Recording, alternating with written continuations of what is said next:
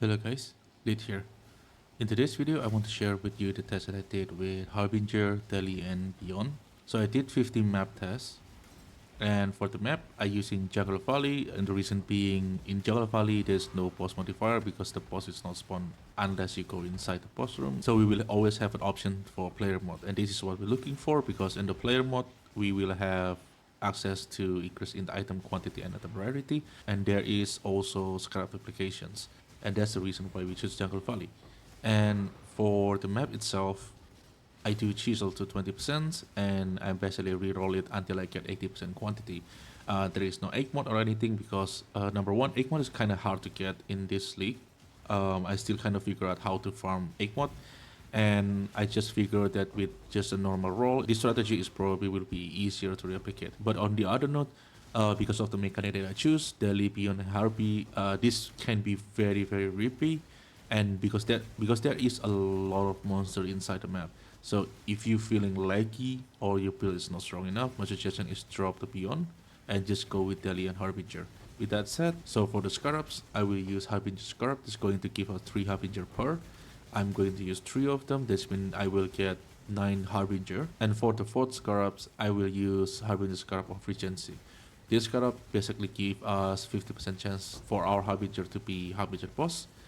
And for the map device, of course, we will going for Harbinger. So we will have additional 3 Harbinger from map device that going to give us 12. And we also get 1 from the other 3. So we will get 13 Harbingers per map. So for the Scarabs, there is also a choice to use Harbinger Scarab or Discernment. And this is basically make your Harbinger area drop rare currency, but it's only to drop a single type. Basically, if it drop fracturing orb, all of the shot drop it will be fracturing orb, and this is one thing that I see a lot of people use. Then they get a lot of fracturing orb, but when I use it, I'm not really see a consistent result, and most of the time because it's drop nothing, I just end up not getting anything. So. This is very RNG. If you get the jackpot, it's going to feel really good. But in my opinion, I really want something more stable, and also the focus on this strategy is on how many scrap you can get. So I really want a lot more monster inside the map. So that's the reason why I'm not going with discernment. But if you want to, you can. And that's for the scarabs. And for the atlas tree, so this is the atlas tree that I will use. We will take all the Harbinger's node, especially the first wave. This is going to give us another 25% chance for the Harbinger to be Harbinger boss. With Scarabs, we're going to have 75% chance total. So most likely our Harbinger will be Harbinger boss. And the reason being because Harbinger boss give a lot more monster. I think it's also drop rare currency. And we also take the Scarabs node, Scaling Worms, increase Scarab found. And this is one of the very important node. This remarkable relic. It is going to make the Scarab that found become less common varieties. Because this basically means we're going to get more rare Scarabs. And we're also going to take Amplify Artifacts. This is going to give a rare monster in your map have 50% chance to drop Scarab per modifier affecting them. And because we have a lot of rare monsters, this strategy actually revolving around this one. So we're going to take all the top hat for effect modifier. This is going to give us more item quantity, more item rarity. This means we're going to get more scarabs. And we're going to take beyond.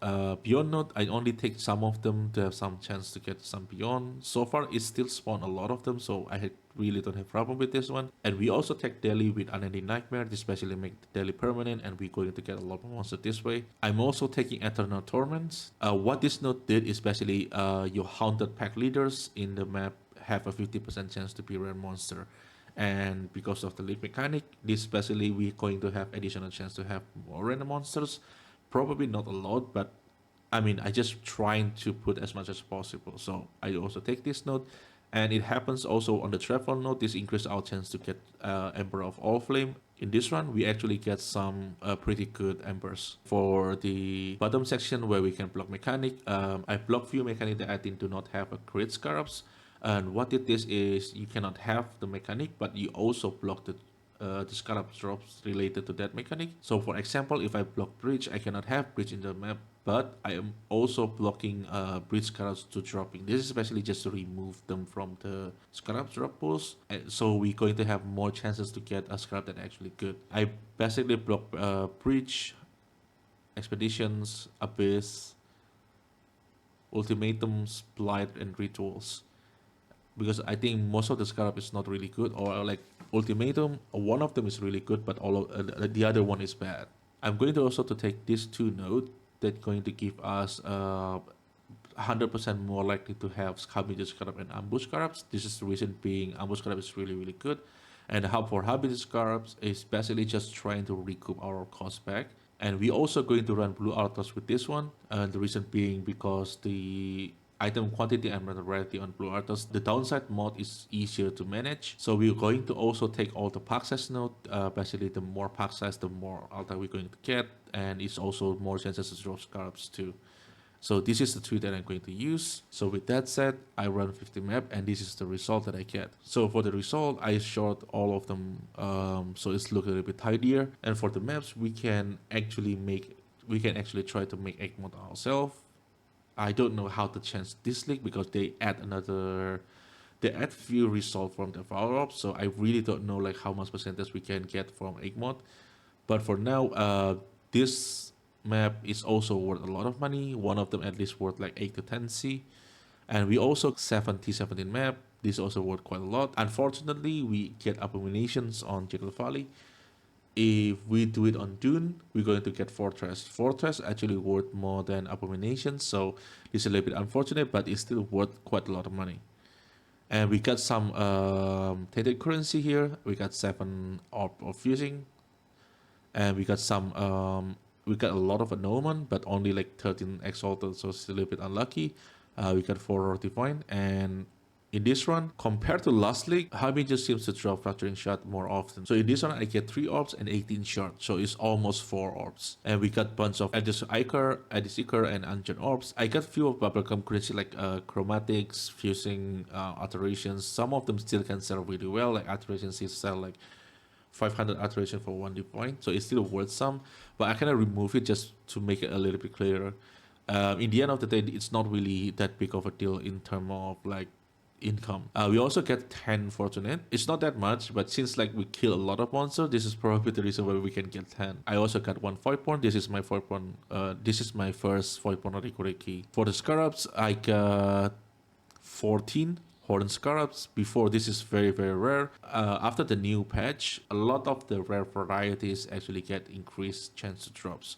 So we got some of them is pretty expensive. But yeah, now we kind of see this more often, so this is good. And I'm also dropping this Divination Scarab of Creations and Divination Scarab of Completions. This is very, very rare. I don't know how rare after the patch, but considering like in 50 map I got all this stuff, they probably buff it a little bit. The next one we're going to go to Excellence, and in Excellence we're going to see how much that tab worth in terms of Divine. So we'll take a snapshot. So we got 65.65 Divine, and we're going to put it on the spreadsheet. And flashbang warning because the spreadsheet is white, so be careful. So this is the spreadsheet. I will put 65.65 divine, and this is going to give up profit by 51 divine. And for me, my average time map is around 4 minutes. It's around 3 to 5 depending on, I'm not really playing very effectively, but I think 4 minutes is a very reasonable time, and this is going to give us 15 divine per hours, which is, I mean, compared to last league, this is laughable, but for this league, I think this is good enough. And for the cost, I put all the costs here. For the map, 10C is basically the cost of the map is usually 5 to 8C, and I'm taking 2C just to roll them. So basically, this is our cost.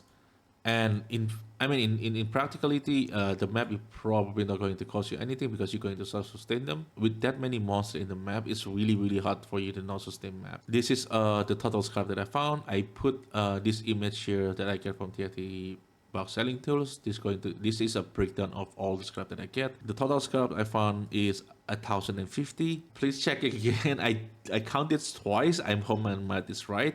So this is 1,050. So we get average per map is 21 scarabs per map. And this is a little bit lower than my previous test. I think in my previous test, I do have something like 23 to 25. But once again, I'm not doing like a big sample size. So the average is probably around like 20 to 25. I think it's around that numbers. And 21 is pretty good for me. I really want to push it close to 30, but so far I'm not really able to cross 25 marks. So maybe with a better map like 8 mod maps and more Atlas point, because I'm still lacking a lot of Atlas point. I haven't done any invitations, so maybe with more Atlas point on the pack size, on effect modifier, better maps, we probably can achieve like close to 30 scarabs per maps. But that's for later, and I will put the link into this spreadsheet on the description below, along with POV of my character that I used to farm this one and Atlas 3. And I think this is all I have for you today. If you like the video or this is helpful, please consider like and subscribe. This will help the channel a lot, and if you have any questions, leave it in the comment below. I will try my best to answer all of them. So thank you everyone for watching. I really appreciate it, and I'll see you in the next one.